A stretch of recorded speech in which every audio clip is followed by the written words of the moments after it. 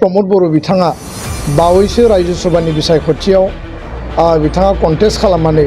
आनकन्टेस्ट भाबै बिथाङा देरहासार जानो हानाया बियो बर' माहारिजों लोगोसे बड'लेण्ड ओनसोलजों लोगोसे आसामजों लोगोसे जोंनि गासै गोग्लैसोनाय हारि माहारिनि मोनसे देरहासारनाय 125 एमेन्डमेन्ट बिलआ जुदि आबुङै सुस्रांजायोब्ला 60टा समस्तिया दाजायोब्ला बे बिटिसिआ बा बिटिआरआ मोर अट'नमि डाइरेक्ट फाइनेन्स आरो गासै बेबस्थाया बे आबुं जागोन। एडमिनिस्ट्रेटिव फाइनेन्स आरो एक्जिकिउटिभ जिखिनि जोंनि पावार्स दङ बेयाव लेजिस्लेटिभ जिखिनि पावार्स दङ बे 100% जागोन आरो बियो उइदिन आसाम माने मिनि स्टेट बायदि बा स्टेट उइदिन स्टेट बायदि बिटिसि बिटिआरआ नैबे मोर अट'नमिनि गेजेरजों एम्पावार जागोन। बे जोंनि थाखाय मोनसे गोग्गाथाव आरो गोजोनथाव बाथ्रा जे जोङो माब्लाबा लकसभा क'क्राझार लकसभाखौ एसटि समस्ति हिसाबै जों मोनदों। गेजेर ससेयाव मोननै टार्म जोङो बर' माहारिनिफ्राय गोमानांदोंमोन, किन्तु दा बेखौ जों मोनफिनबाय आरो बर' हारि हिसाबै आसामनि जे माने राज्य सभानि जि सिट दङ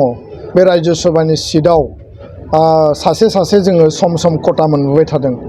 नाथाय जोङो एक्सटेन्सिभलि माने आउट अफ द बक्स जि खथा दङ बे खथानि बाहेरायाव मोनसे आरोबाव जोङो नुबाय जे दोलोआनो जाया मानो हानजाया जियानो जाया मानो जों जेब्लायबो लकसभा राज्य सभाखौ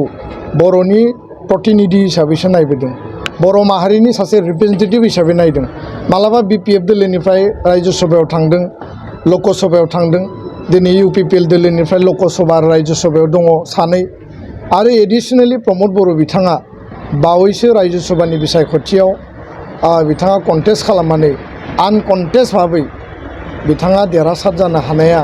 बियो बर' माहारिजों लोगोसे बड'लेण्ड ओनसोलजों लोगोसे आसामजों लोगोसे जोंनि गासै गोग्लैसोनाय हारि माहारिनि मोनसे देरहासारनाय आरो बिनि गेजेरजों आं सानो आद्रा थानाय दिल्लीयाव जिखिनि जोंहा खामानि दङ आरो थांनाय गोलाव समाव 6 इयार्सआव थैथां आंनि फारसेनिफ्राय आफादगिरि बा एबसुनि सासे मावथि हिसाबै एकर्डनि थाखाय जिखिनि खामानि मावनांगौ डे एन्ड नाइट कुनु बानाय मेंनाय थाद'नाय गैयाजासे मालाबा जोङो तर्क जादों, मालाबा आर्गुमेन्ट जादों, मालाबा जोङो मोनसे मोजां एनभायरनमेन्टआव जों डिसकास खालामदों। जेसेबां हायो एकर्ड इमप्लिमेन्टेसननि थाखाय जोङो नाजादोंमोन आरो साक्सेसबो जादों, माखासे आद्रा थाबाय माखासे। दा बेखायनो बे आद्रा खामानिखौ जोङो मावफुंनांगोन। 125 एमेन्डमेन्ट बिलआ जुदि आबुङै सुस्रांजायोब्ला 60टा समस्तिया दाजायोब्ला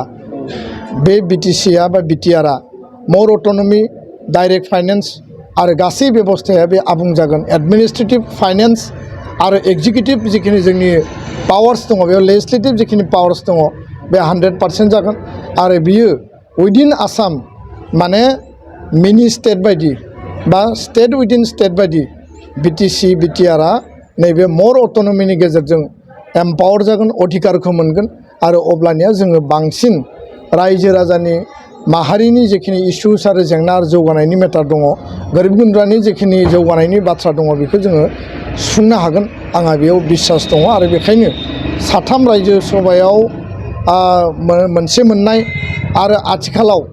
राज्यो सभायाव 2 बर' एमपि, लकसभायाव 1 बर' एमपि बे जोंनि थाखाय मोनसे ग्रेट पलिटिकेल फर्स आरो बेखौ जातीय सार्थआव जोङो बाहायनांगोन। बे खोथाखौ लानानै जोङो रावबो राजनितिक नोजोरजों नायाबासिनो बयबो बेखौ जोङो सापर्ट खालामनानै जातिनि आद्रा थानाय खामानिखौ जोङो नेसनेल लेभेलाव मावफुंनांगौनि दायित्व आरो रेसपन्सिबिलिटि दङ होननानै आङो खावलायो। गोजोन्थों।